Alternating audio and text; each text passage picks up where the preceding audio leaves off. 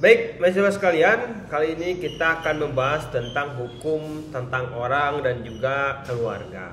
Nah, kalau dari subjek hukum menurut hukum adat, hukum adat itu yang berlaku di Indonesia itu kan memiliki pemahaman yang sama bahwasanya setiap manusia itu sama, baik itu laki-laki maupun perempuan, bahwa dia adalah subjek hukum yang memiliki hak dan kewajiban yang sama. Artinya, setiap laki-laki dan perempuan itu dapat melakukan perbuatan hukum. Nah, kalau badan hukum sebagai subjek hukum itu menurut hukum adat menyatakan bahwasanya suatu badan hukum itu harus memenuhi beberapa kriteria. Yang pertama itu merupakan kesatuan yang memiliki tata peraturan yang rapi, kemudian memiliki pengurus sendiri, kemudian mempunyai harta kekayaan sendiri, kemudian bertingkah laku sebagai kesatuan terhadap dunia luar. Ini menurut R. Surojo Wingjo Dipuro. Nah, kalau dari jurisprudens Mahkamah Agung tentang badan hukum menurut hukum adat, ini kan pertama itu ada di keputusan MA nomor 39 tahun 56, kemudian yang kedua keputusan MA nomor 56 tahun 60, kemudian keputusan MA nomor 239 tahun 60 dan keputusan MA nomor 36 tahun 75. Nah, kalau pengertian cakap dan juga dewasa dalam hukum adat itu, menurut Supomo mengatakan bahwasanya ciri-ciri seseorang itu dianggap dewasa apabila dia sudah kuat untuk bekerja untuk dirinya sendiri.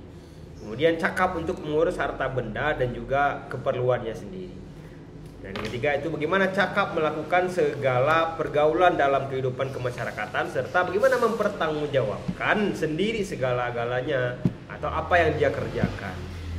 Nah, kalau menurut hukum adat, menurut Harsanto, dewasa itu adalah bagaimana penilaian masyarakat menyatakan dia itu sudah dewasa, kemudian kemampuan untuk berburu dan juga mencari makan atau mencari nafkah, kemudian kemampuan untuk memimpin teman-temannya, dan juga yang terakhir itu bagaimana melihat kondisi fisik dari seseorang.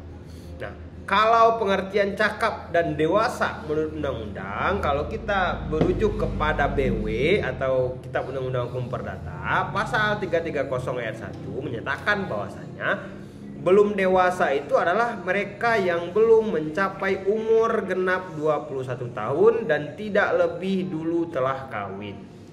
Nah, sedangkan di ayat 2 disebutkan bahwasanya apabila perkawinan itu dibubarkan sebelum umur mereka genap 21 tahun, maka mereka tidak kembali lagi dalam kedudukan belum dewasa.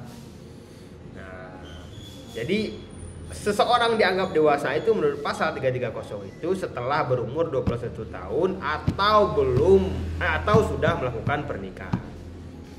Nah, kalau menurut Undang-Undang Nomor 1 Tahun 74 tentang perkawinan, pasal 50 ayat 1 bahwasanya anak yang belum mencapai umur 18 tahun atau belum pernah melangsungkan perkawinan yang tidak berada di bawah kekuasaan orang tua atau walinya. Nah, ini mengenai batas kedewasaan untuk melangsungkan perkawinan ditentukan pada pasal 6 ayat 2 menyebutkan untuk melangsungkan perkawinan seseorang itu yang belum mencapai umur 21 tahun harus mendapatkan izin kedua orang tuanya. Kemudian ketentuan undang-undang yang lain tentang batas usia kedewasaan ini terdapat di KUHP, Kitab Undang-Undang Hukum Acara Pidana. Ini pasal 171 menyebutkan yang boleh diperiksa untuk memberi keterangan tanpa sumpah. Yang pertama itu anak yang umurnya belum cukup 15 tahun dan belum pernah kawin. Kemudian orang sakit ingatan atau sakit jiwa meskipun kadang-kadang ingatannya baik kembali. Ini pasal 153 ayat 5 juga menyebutkan hakim ketua sidang dapat menentukan bahwa anak yang belum mencapai umur 17 tahun itu tidak diperkenakan untuk menghadiri sidang. Kemudian undang-undang tentang perlindungan anak ini adalah seseorang yang belum berusia 18 tahun termasuk anak yang masih di dalam kandungan. Kalau pengertian dari hukum adat keluarga itu, hukum keluarga atau hukum adat atau hukum adat kekerabatan adalah hukum adat yang mengatur tentang bagaimana kedudukan pribadi seseorang sebagai anggota kerabat atau keluarga, atau kedudukan anak terhadap orang tua dan sebaliknya. kemudian kedudukan anak terhadap kerabat dan sebaliknya, dan masalah perwalian dari anak itu sendiri. Nah, kalau menurut Sukanto secara luas, ruang lingkup hukum keluarga itu meliputi perkawinan, kemudian ada keturunan, kemudian ada kekuasaan orang tua, kemudian ada perwalian, pendewasaan, dan lain-lainnya. Nah, kalau pertalian darah atau keturunan, nah keturunan itu kan adalah ketunggalan leluhur, artinya ada perhubungan darah orang yang seorang dengan orang lain, atau dua orang atau lebih yang mempunyai hubungan darah. Nah, sifat keturunan itu ada yang lurus, ada yang menyimpang atau bercabang. Kemudian hubungan anak dan orang tuanya ada anak sah, anak tidak sah, anak tiri, dan juga memelihara atau anak angkat ya. Kemudian hubungan anak dengan kerabat atau dengan keluarga, ada hubungan anak dengan keluarga pada masyarakat matrilineal, kemudian hubungan anak dengan keluarga pada masyarakat patrilineal, dan juga hubungan anak dengan keluarga pada masyarakat parental. Keturunan ibu, keturunan ayah, dan juga keturunan keduanya.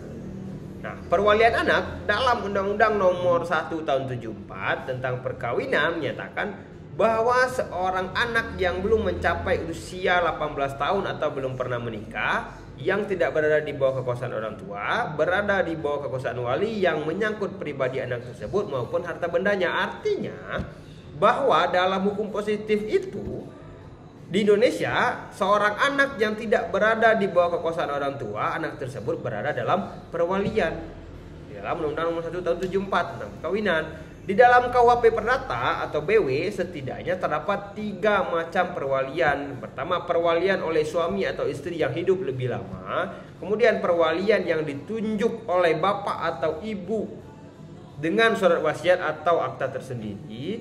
Kemudian dengan perwalian yang diangkat oleh hakim itu.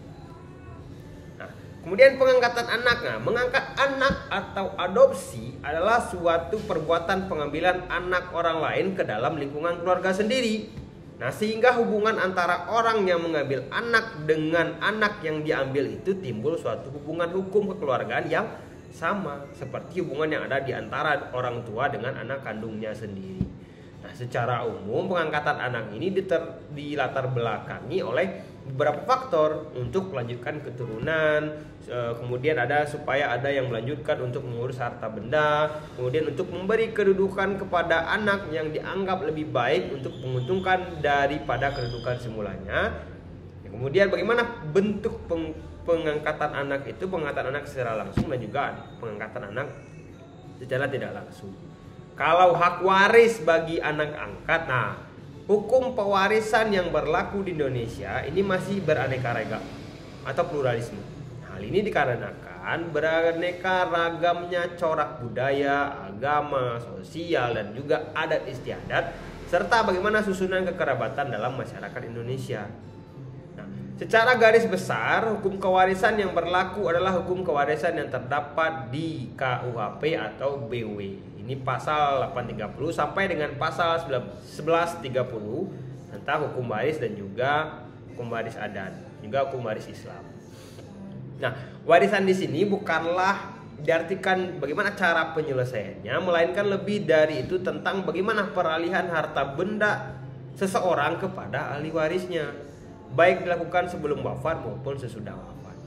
Nah, dalam hukum adat Melayu di Jambi, ini harta peninggalan menurut hukum adat itu dibagi dua, yaitu harta peninggalan menurut asal usulnya dan juga ada harta peninggalan menurut nilai ekonomisnya. Kemudian harta peninggalan menurut asal ini harta peninggalan menurut asal usulnya ini terdiri dari harta bawaan, harta dapatan, dan juga harta bersama. Nah, jadi berbicara tentang hak waris, berbicara tentang mengangkat anak dan lain sebagainya, atau berbicara tentang hukum tentang orang dan keluarga, ini bisa kita rujuk kepada BW, kepada undang-undang perkawinan dan lain sebagainya. Semoga bermanfaat. Terima kasih. Assalamualaikum warahmatullahi wabarakatuh.